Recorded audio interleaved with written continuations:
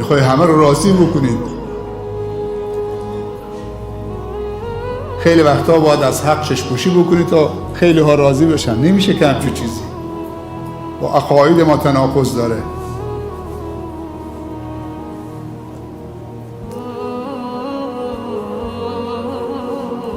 اونهایی که میخوان مردم رو راضی بکنن در حالی که خدا خشمگین میشه، خداوند همه اون مردم رو بر علیهش میکنه. اینا واقعیت های دعوته.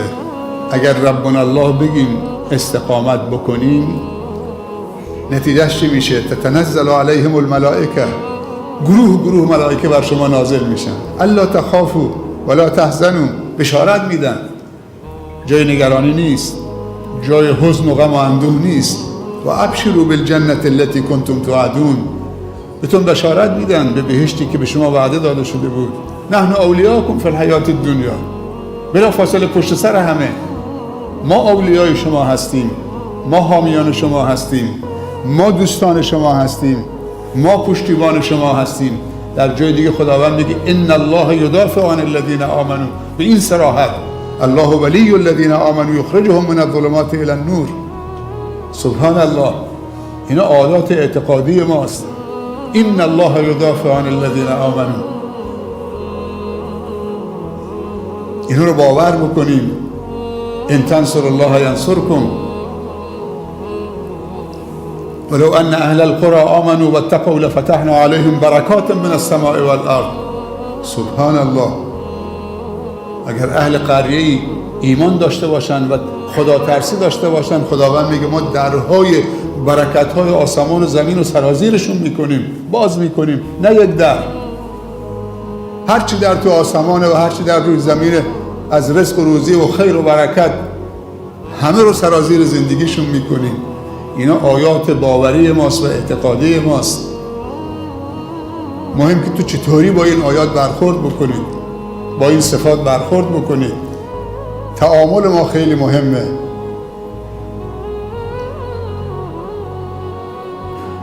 از رمضان چه درسایی گرفتیم؟ فقط همین رکوع و سجود و خشک و خالی بیروح. میگن خیلی از مسلمان ها واژه ها و مصطلحات و کلمات و آیات و تهی کردن از محتوا، در نتیجه جواب نمیگیرن. این معانی و این محتوا و اون شکلش همه با هم جواب میده وقتی کامل بگیرید.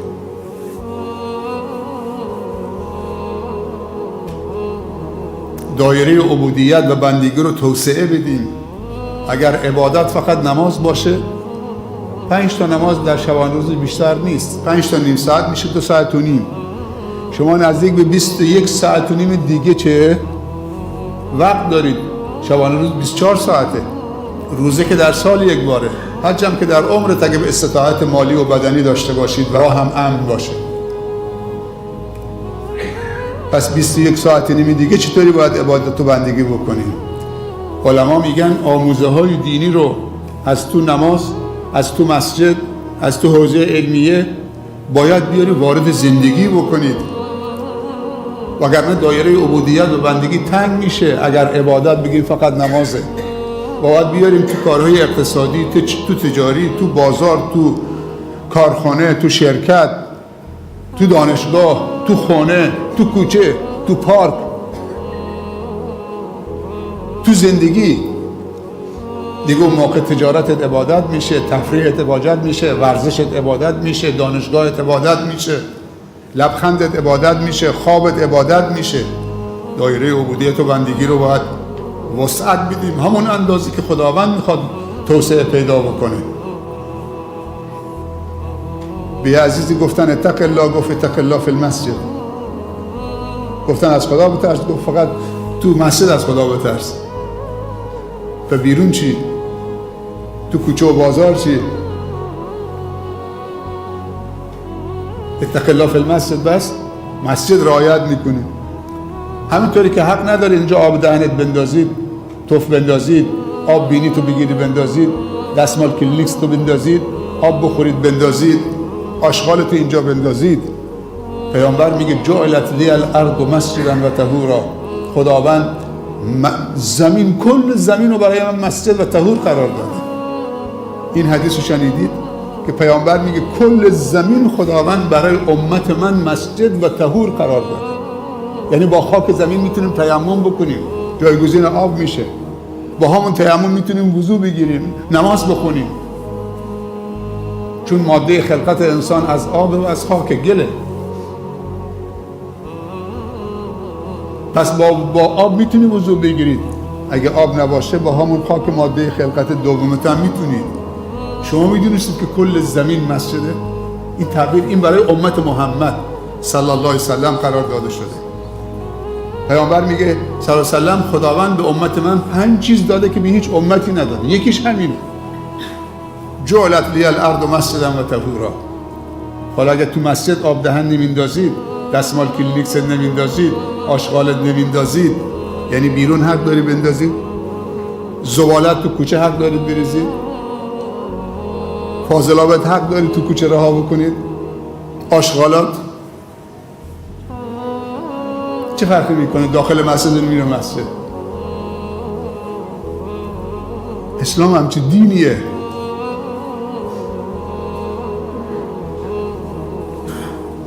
اسلام همچه دین عظیمیه که نگاهش به زمین این که مسجده، حق نداره تو زمین معصیت خدا بکنی، چون حکم مسجد داره. سبحان الله.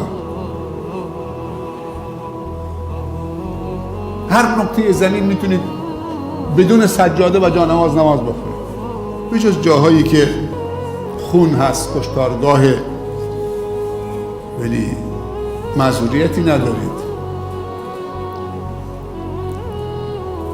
پس اسلام باید ورود بکنه تو زندگی ما. نماز تو مسجد خونده میشه اما برای داخل مسجد نیست. ان الصلاة تنهی عن الفحشاء و المنکر. داخل مسجد خونده میشه ولی در اصل برای بیرون مسجد خونده داره میشه، نه برای داخل مسجد. اینجا ادا میشه، اینجا برگزار میشه ولی در اصل بازدارنده است. ان الصلاة تنهی عن الفحشاء و المنکر. بیرون تو زندگی همه برنامه‌های اسلام و آموزه‌های اسلام اینطوریه. اسلامو کاملش بگیریم، یه بار دیگه بازنگری بکنیم، از نو قرآن بخونیم، مثل تازه مسلمان‌ها. یه وقتی گفتن که این سعودی‌ها چه اشتباهی کردن، خدا میدونه چند میلیون دادن برای یک نفر که بیاد تو کشورشون. 600 نمیدونم چند میلیون، خیلی مبلغی که اصلا تو فکرش هم نبود، خودش هم تو فکرش نبود، تو خیالش نبود که همچین مبلغی بهش پیشنهاد بدن. ایشون 650 میلیون دنبال کننده دارن. اگر بخوایم از نظر بیزنسی هم محاسبه کنیم، یعنی وقتی با مبلغ بالا ایشونو پیشنهاد دادن و آوردنشون تو کشورشون، یعنی 650 میلیون نفر 700 میلیون آوردن تو کشورشون. چون همه طرفداراش، فالووراش دنبالشن دیگه. چقدر میتونه تبلیغات بکنه، چقدر میتونه درآمدزایی بکنه، چقدر میتونه توریست رو وارد اون کشور بکنه اگر مادیش حساب بکنیم. ولی بسم الله ماشاءالله الان داریم میشنویم ازش، تمرین داره میکنه و چقدر شیرین میگه. اینا اگر شیفته اسلام بشن، این تازه مسلمانایی که داری چسبیدن به قرآن، وقتی لذت میبرن وقتی میکنن، فکر میکنی که الان داره برشون نازل میشه، برای اولین بار تو عمرشون دارن. سبحان الله.